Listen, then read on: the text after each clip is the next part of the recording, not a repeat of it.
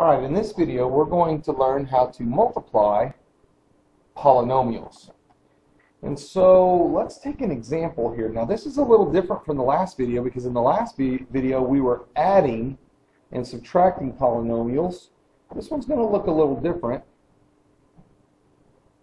And so let me write the first one in real quick. Now you'll notice there's no plus or minus sign in here in the middle, so we're going to have to multiply them. Now here's what you need to remember. It's going to be everything in here multiplied by everything in here. So what we're going to do is we got to be sort of organized so we don't leave something out. So what we're going to do is this. We're going to take the first one and we're going to multiply it by everybody in the other parentheses. Then we're going to take the next one and multiply him by everybody in the other parentheses.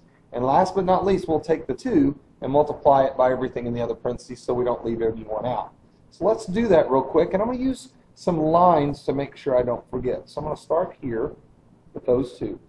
Now what I'm going to do is it's going to be 3x squared and multiply it by 6x. Now what I want to do is I multiply the numbers, so 3 times 6 is 18.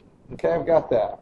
And we learned in one of the previous videos that whenever you multiply x squared and x, whatever the powers are, because that's a 1, you just add the numbers. So 2 and 1 is 3, so that's to the third power. One more time. Multiply the numbers, 3 times 6. And then x squared times x, you add the 2 powers. 2 plus 1 is 3. That's all you do. Next I'm going to take this first one and I'm going to multiply it by the last one. So 3 times negative 5 is negative 15 x squared. This doesn't have any x's, so really it's just what's left. Next time, so I've taken this one and I've multiplied it by everybody in the next parentheses. Now I'm going to erase to help myself with the lip so it doesn't get too messy. Next I'm going to take the middle one and start there. Negative 4 times 6 is negative 24. X, wonder what the power is. 1 and 1 added together is 2. And then I'm going to take that times the last one. Negative 4 times negative 5 is positive 20 x to the first. Now sometimes you'll see it just x without the 1, or you can have the 1, it doesn't matter, but I'll take it off this time because that's usually how it's printed on the test. If you put a 1, it's not wrong. So I've taken this times both. I've taken this times both. Now I have to take the 2. So I'm going to have 2 times 6 is 12 x, because there's an x to the first, and 2 times negative 5 is negative 10. That's all of it put together. Now it looks just like what we did in the last video.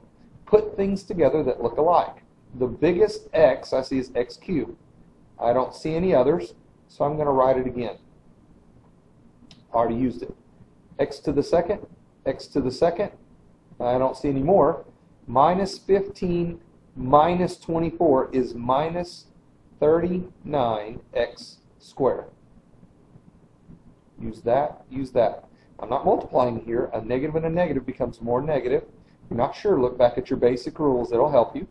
I see an x and an x. We'll put those together. Plus 20 plus 12, 32x. Minus 10 is all that's left. That's how you do it. So we took the first one and multiplied it by everybody inside.